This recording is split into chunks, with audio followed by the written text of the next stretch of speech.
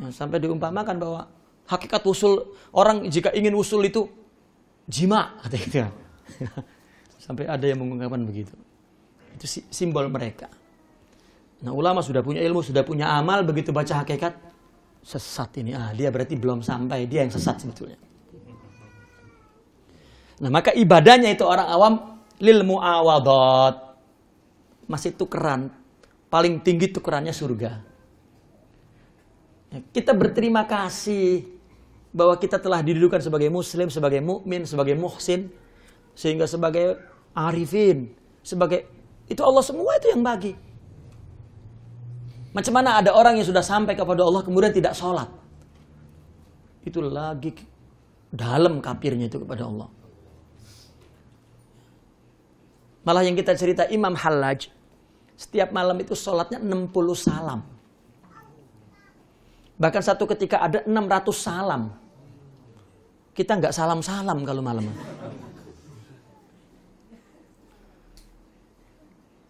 Itu sudah, orangnya sudah sampai. Nah itu, karena dia berterima kasih ibadah. Sehingga Nabi SAW ketika berada di giliran di rumahnya Sayyidah Aisyah. Kan Nabi istrinya yang lain kan janda semua. Yang gadis kan cuma Sayyidah Aisyah. Sayyidah Aisyah kalau giliran dia jangan disamakan lah dengan yang lain lah. Kita banyaklah senda-senda gurau, banyaklah duduk-duduk bersama. Atau malam-malam pun tak payahlah qiyamul lail lah. Tapi Nabi bila ada waktunya malam terus bangun macam robot ada yang mainkan remote-nya gitu. Macam tak kenal. Saya ditanya macam mana Nabi kalau di rumah? Jika waktu malam bangun macam tak kenal dengan aku. Terus tak noleh pergi. Kalau kita bang, udah. Bang, udah. Nak ngaji pun bang, berhenti. Ya, nak pergi ke Allah itu dengar suara bang, nggak jadi perginya. Kurang ajar. Nah, ini akhirnya Sayyidah Aisyah tarik bajunya. Ya, meminta untuk bersamalah sekejap. Ya, bukankah engkau orang yang sudah dimaafkan oleh Allah sebelum dan sesudahnya, tak payahlah. Akhirnya apa Nabi jawab? Apalah aku na abdan syakura. Tak bolehlah aku menjadi hamba yang bersyukur. Jadi ibadah yang terakhir bagi para wali, itu ibadah itu sebagai ungkapan syukur. Maka tak berhenti-berhenti. Ya Allah. Maka mereka selalu bahagia. Kenapa? Karena diletakkan oleh Allah di tempat yang diridhoi Allah. Bahagia. Kita ini diletakkan oleh Allah di tempat pengajian. Di tempat mengaji merungut. Karena kelamaan ngajinya. Mestinya bahagia. Dipilih oleh Allah. Nah itu. Ya, orang yang sampai kepada Allah. Maka jika tidak, maka ibadah dia hanyalah muawadhat. Tetapi wal muhib wal mahabbah lil qurubat. Tetapi kalau cinta, semua apa yang dilakukannya untuk pendekatan. Tengok orang yang cinta. Ya, hadiahnya pendekatan. Terima kasih saja tak mau diterima. Terima kasih Bang. Ya, ini untukmu. Ya, terima kasih. Jangan ucapkan terima kasih. Kita malah minta kepada Allah. Aku sudah sholat ya Allah. Loh, sholat itu dari Allah malah. Ya, karena nggak ada hubungan cinta itu. Allah nak dekatkan, maka kita disuruh sholat. Malah kita minta imbalan sholat. Kan kurang ajar kata Allah. Sudah aku bagi kok minta imbalannya. Imbalan apa lagi itu? Kamu aku jadikan boleh ibadah itu. Sudah tak minta apa-apa. Itu sebab kalau dia ingin surga, sudah tak minta apa-apa dari dunia ini. Kalau dia ingin surga saja, apalagi ingin Allah. Ingin surga saja, tak minta apa-apa. Orang mampu, ya, menderita di dunia, yang penting surga. Nah, para wali dulu kan kaya-kaya. Lalu dengar hadis bahwa orang pukoro itu nanti di surganya lebih dulu 500 tahun daripada orang kaya. Terus para wali itu membagikan hartanya kepada orang miskin dan dia hidup tamaskan. bermiskin-miskin. Maka dikatakan bahwa fakrul auliya ikhtiyaron, katanya. Miskinnya para wali itu atas pilihan sendiri. Kalau kita terpaksa karena tak dapat kaya. Mereka pilih, kenapa? Karena nak yang lebih baik yaitu surga. Kita sudah zikir pun nak jadi hero pula. Mu'awadat, masaleh. Banyak zikir nak macam apa? Jadi orang yang lain dari yang lain itu sudah gila. Orang kalau ingin menjadi orang yang lain dari yang lain itu gila sudah. Ya, tidak menjadi orang yang betul-betul orang. Ya. Nah ini cinta itu lil qurubat. Ya. Allah bagi ibadah untuk dekat. Dia makin dikasih ibadah, makin malu, makin takut, makin malu, makin dikasih kasyaf, dikasih akhlak, dikasih suhud, makin malu, makin takut. Karena itu dia tahu semua dari Allah. Allah yang bagi. Makin tak punya muka lah. Nak mengaku, aku, hilang aku. Itu maksudnya hilang aku. Bukan hilang aku, pindah dari malakut ke jabarut katanya. Loh, ya, ada pemahaman wali, bisa pindah alam. Dikiranya seperti orang yang dibawa, kalau di Indonesia disebut ada orang dibawa kalong wewe. Apa kalong wewe? Jin. Orang dibawa jin ke alam lain. Katanya orang pergi dari muluk ke malakut begitu. Bukan. Nah ini pencinta. Cinta itu selalu yang dilakukannya kuruba. Ya, pendekatan. Dan dekat ini bukan dekat waktu, bukan dekat masa. Bukan dekat, bukan. Maka gini, ada orang bertanya gini, macam mana nak istiqomah? Karena iman itu turun naik katanya. Iman itu turun, nanti naik, nanti nambah, nanti kurang. Itu tak ada, iman itu tak boleh turun naik, tak boleh nambah kurang. Itu definisi Imam Asy-Syafi'i tentang iman. Ya. Bukan hakikat iman, tetapi surah iman yang dimaksud Imam Syafi'i. Karena orang awam apabila dia maksiat, dia merasa imannya turun. Ini orang awam ya. Apabila dia taat, rasanya naik. Belum tentu taatnya itu diterima. Itu rasa saja dia naik imannya. Karena dia menisbahkan iman itu kepada amalan. Bagi para wali tidak. Iman gak ada urusannya dengan mukhalafatus syariah. Bagi mereka. Iman dia gak kurang kepada Allah meskipun dia melanggar perintah Allah. Karena dia tak enak, itu takdir, selesai. Mesti ada hikmahnya. Maka dia kembali. Maka hati-hati dengan orang melakukan maksiat. Meskipun awam. Kita tidak tahu apa maksud Allah kepada dia. Apalagi mereka para ulama. Jika melakukan maksiat, mereka hati-hati. Allah nak naikkan derajat mereka. Itu Imam Ali dari dulu sudah berkata begitu. Semua orang, bukan wali, bukan ulama, semua orang kena maksiat, hikmah bagi orang Islam ini. Hati-hati. Orang hina menghina, apa urusannya? Itu perbuatan Allah pada setiap makhluknya. Kenapa orang menjadi? Itu karena dia tidak beriman kepada Allah, tidak bertauhid. Ya. Atau suami istri yang paling rapat lah dengan kita. Mestinya ketika ada orang maksiat, itu contoh yang nyata bahwa Allah bagi contoh nyata sekali pada suami saya, pada istri saya. Allah tajalikan dia maksiat. Ya tidak tahu Allah berkehendak dengan dia ini apa. Apakah nanti neraka surga nggak ada urusannya. Bang.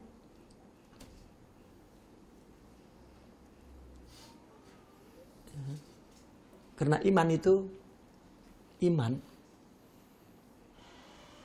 Tasdik. Iman itu meyakini. Kan iman itu apa, bukan meyakini? Tasdik itu apa tasdik? Mempercayai. Ya, membenarkan. Ya? Mempercayai, membenarkan. Nah sekarang iman. Mempercayai, membenarkan. Mempercayai, membenarkan apa? Mendengarkan berita. Berita dari siapa? Dari Rasulullah. Itu iman. Jadi orang ketika hidup di antara patroh, tidak ada rasul. Kan ada orang yang percaya kepada Allah kan, yang iman. Ini dia bukan iman, dia syuhud. Itu Allah yang bagi ilmunya. Karena nggak ada berita. Allah yang bagi ilmunya. Ilmu apa? Ilmu tahu akan Allah. Dia tak dengar Nabi, tak ada. Ketika ada Nabi memberitakan, kita percaya, itu iman. Umpamanya begini, ini bilik ada orang nih, antum percaya dengan saya cakap, di dalam nih ada satu orang, oh iya, sudah percaya itu. Ya. Tetapi di zaman tidak ada Nabi, dia itu diperlihatkan ya, oleh Allah, bahwa itu ada orang, hatinya, Allah, maka lebih kuat itu, daripada kita iman. Apabila ya, kita membersihkan nafsu, maka dibagi oleh ilmu, namanya syuhud. Maka umpama syuhud itu adalah setelah dia meyakini berita bahwa ada orang di situ, dia buka pintunya, oh iya ada orang, itu syuhud. Ka'annaka taroh. Fa in lam takun taroh, fa innahu yaroh. Ini ihsan. Nah apabila sudah begini, ini iman gak ada urusan dengan amal, taat dan maksiat. Karena iman adalah hakikatnya tasdiq. Ini iman. Jika dia sudah syuhud, maka dekat di sini bukan karena banyak amalnya atau kurang amalnya. Kalau kita kan ya Allah saya berada di perniagaan saja saya jauh dari Allah. Loh. Nah, ini berarti sudah pun dia masih dalam taraf iman, ya. Iman, maka imannya pun masih dangkal. Yang ada iman itu dalam atau apa lawannya dalam? Cetek. Nah. Yang ada mendalam tidak ke dalam diri atau cetek. Nah, untuk untuk memperbanyak, bukan memperdalam iman itu perlu kepada pemberitahuan, kepada kabar. Jika orang makin menguasai Al-Quran dan hadis, makin dalam imannya. Nah itu ulama. Adapun maksiat dan taat itu semuanya berhubungan dengan takdir Allah, bukan iman. Nah maka cinta ini untuk pendekatan. Pendekatan ini bukan dekat jauh tadi karena taat dan karena maksiat, bukan. Orang jika sudah cinta, jika Allah sudah bagi cinta, kalau laki-laki, manusia, perempuan, aku cinta padamu, esok aku benci padamu, boleh diambil lagi cintanya. Allah jika sudah bagi cinta, tak diambil lagi.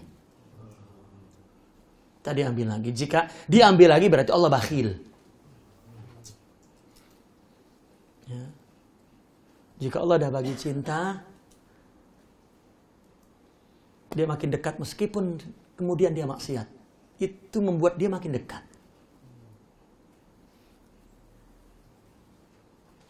Di dalam tasawuf kita diajarkan melihat taat dan maksiat adalah hikmah dan rahmah.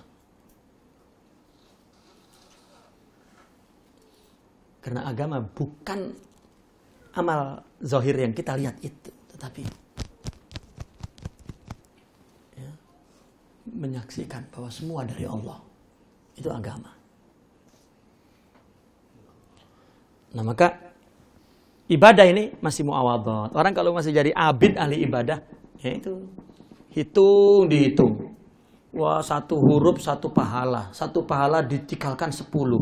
Saya sudah satu surah ini, wah berapa puluh nih pahala.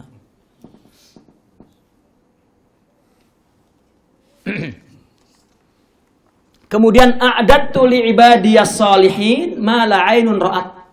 Aku persiapkan untuk hambaku yang soleh. Soleh ini adalah orang yang patut. Yang patut menjadi orang Allah. Kan ahlullah itu kan ahli Allah, berarti orang Allah kan. Siapa yang menjadi orang-orang Allah? Itu soleh. Soleh itu yasluh. Patutlah. Ya. Ini di dalam buku tasawuf apabila kita membaca istilahat, jangan diartikan kepada istilahat yang berlaku di ulum syariat. Ini kebanyakan orang mengartikannya dalam tasawuf punya istilahat sendiri. Soleh di sini adalah orang yang patut. Dan orang yang patut adalah orang yang di dalam hatinya tidak ada cinta selain Allah. Kata Allah, ya, la tasluh lana. Kamu tidak patut bagi saya. Ya. Wa fi qalbik, di dalam hatimu, ya, siwana, masih ada selain aku. Maka tidak patut. Seperti misalnya ada orang mengatakan kepada perempuan, ya, mengatakan cinta kepada perempuan dan hendak melamar, tetapi dia bawa gadis kekasihnya. Dia bawa kekasihnya, lalu dia bertanya, wahai seorang wanita, aku mencintaimu. Wah, ini disiram air panas oleh perempuan. Kurang ajar. Nah, kita ngomong cinta sama Allah, kita bersama yang lain. Kata Allah, ya Allah, pengkhianat. Maka ada kisah Rabaatul Adawiyah. Ada seorang yang sangat mencintai dia. Lalu ditanya, apa yang kau cintai dariku? Matamu, katanya. Kesolehanmu. Lalu Rabi Adawiyah mengatakan, kalau begitu aku punya adik perempuan. Dia lagi muda, lagi cantik. Matanya pun lagi indah. Dan dia lebih soleh daripada aku. Dan rasanya sesuai untukmu. Yang juga masih muda. Itu dia di belakangmu. Terus menoleh. Ya. Apa kata Rab'ah? Anda pendusta. Adakah cinta menoleh kepada yang lain? Nah, kita ngomong cinta itu, wah ya Allah, itu kalau lagi musibah. Ya. Tapi bila ada dibagi, sudah nggak ada yang lain. Itu. Rab'ah itu menguji. Itu dia di belakangmu. Menoleh terus cepat-cepat. Pergilah wahai pendusta. Jika orang mencintai tidak menoleh kepada yang lain, engkau tidak patut di sini. Semua bicaranya hikmah. Itulah seorang pencinta. Anfasuhu hikmah. Apa saja yang dilihat hikmah. Ya, nggak ada kamu salah. Dia mendapat pelajarannya bagi dia. Itulah pencinta. Maka orang-orang yang patut itu telah disiapkan oleh aku, kata Allah. Mala ainun ra'at, yang tidak pernah dilihat oleh mata. Wala uzunun sami'at, dan tidak pernah didengar oleh telinga. Wala khatara ala qalbi basyarin, dan tidak pernah terlintas dalam hati manusia. Sesuatu yang diindra, maka dapat dikaji oleh akal. Tetapi apa yang didapatkan oleh para aulia tidak dapat dijangkau oleh indera dan akal. Ini surga di dunia, belum di akhirat. Itulah orang-orang soleh selalu menyaksikan bukan dengan matanya, telinganya, bukan terlintas dalam pikirannya. Lamma araduni a'taituhum. Ketika mereka menginginkan aku, ini bagi orang yang menginginkan aku saja, niscaya akan aku berikan mereka. Mala ainun ra'at tadi wala udhunun sami'at. Tidak pernah diindra oleh mata, oleh telinga, oleh pikiran. Dan lain sebagainya. Itulah orang-orang yang hanya di dalam hatinya Allah. Inilah tauhid cinta namanya.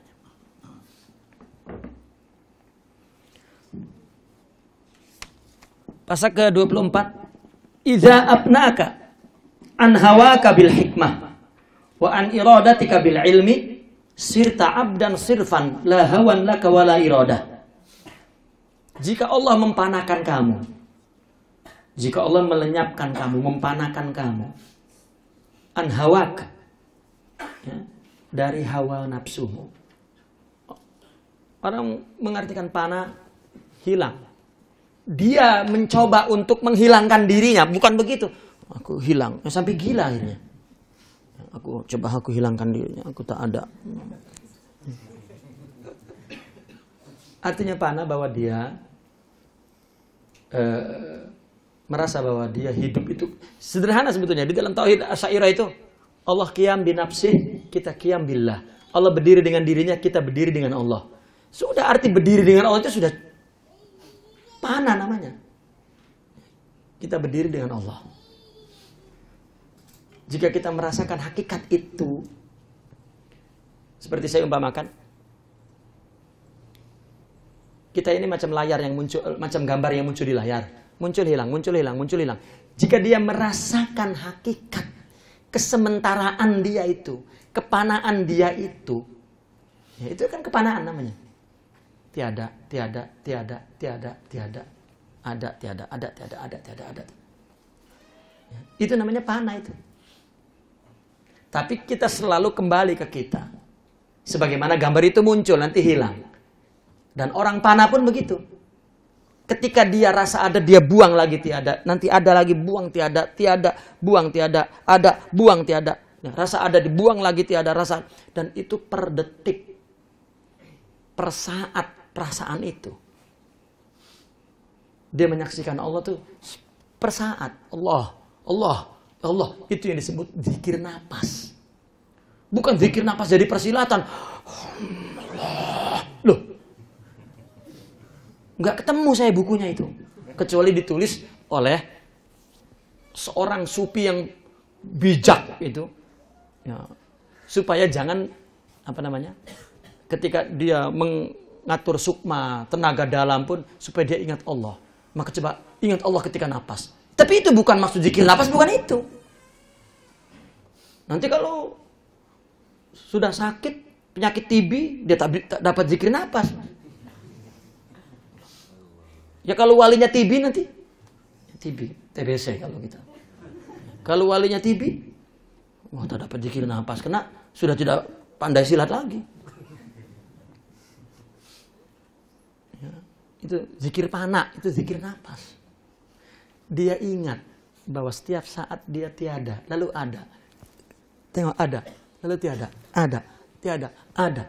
Bagaimana dia nak lari dari Allah? Itu sebab letih. Maka mereka mengatakan al-musyahadatu at'abu minal ibadah.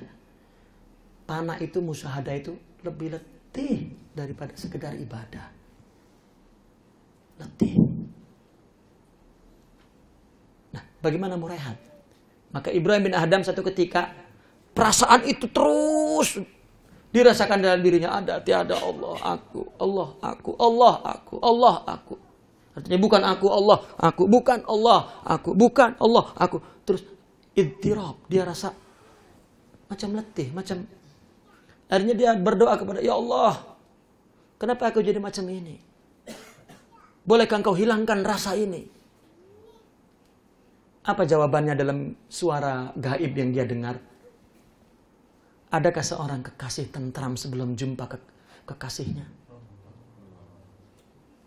Sebelum ru'yatullah di akhirat belum selesai. Karena di akhirat itu zuhur kita itu tidak lagi, ya, tidak lagi apa? Tidak lagi zuhur hilang, zuhur. Umpamanya surga kan bahagia, di neraka menderita. Di dunia ini bahagia, menderita, bahagia, menderita, bahagia, menderita.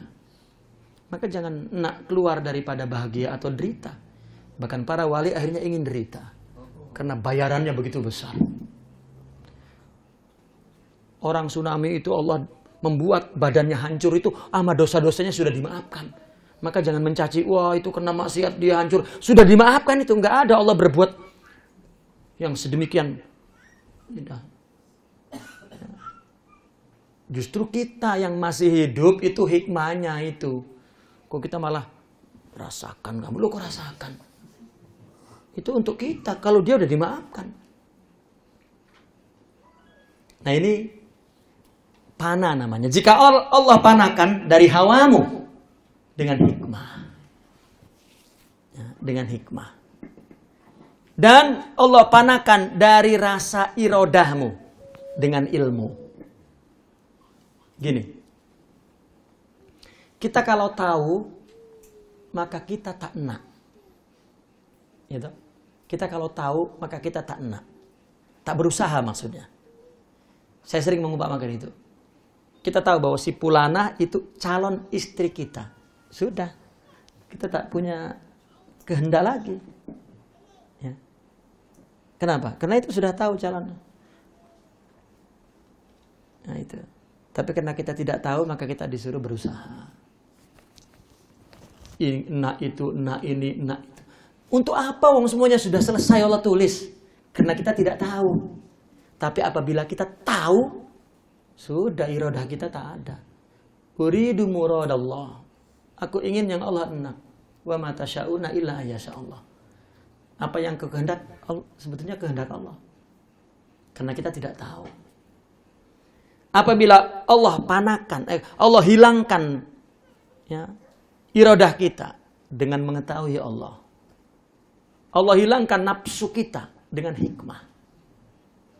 Sirta abdan sirfan. Engkau akan menjadi hamba yang murni, la hawan wala iradah, tanpa hawa dan tanpa iradah. Tanpa hawa ini maksudnya adalah seluruh hawa nafsunya ikut kehendak Allah. Dan tidak ada pilihan. Iradah bagi kita pilihan, ikhtiar. Itu sebab Syekh Abdul Qadir Al-Jilani ketika bertanya syarat, muridnya bertanya syarat untuk menjadi muridnya apa? Kata Sayyidina Abdul Qadir, pertama syaratnya, tarkul ikhtiar.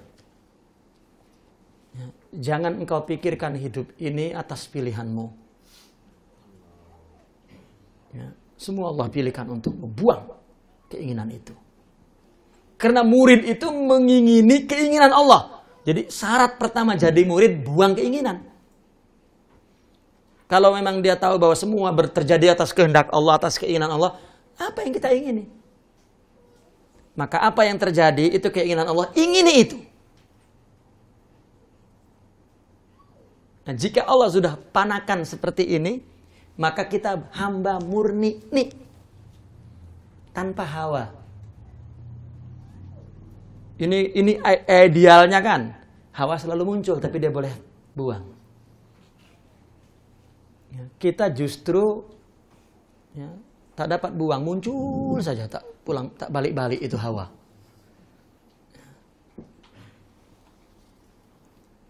Bukan dikira wali itu tak ada nafsu, ada ya.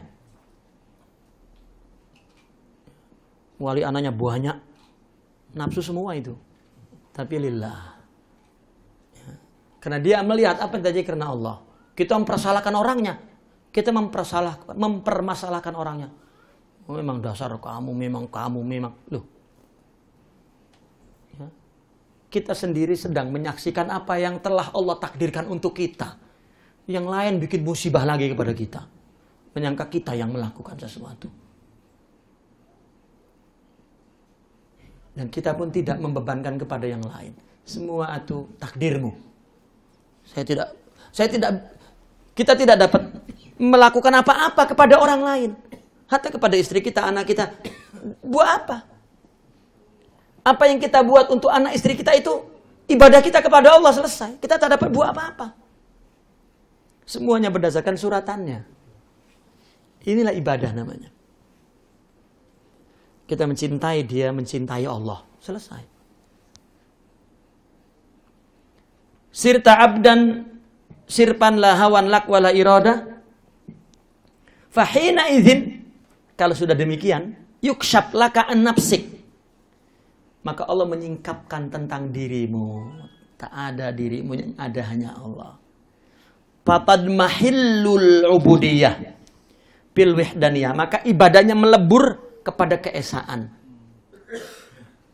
Ya, maka apa yang dilakukan semua adalah ya, keesaan Allah.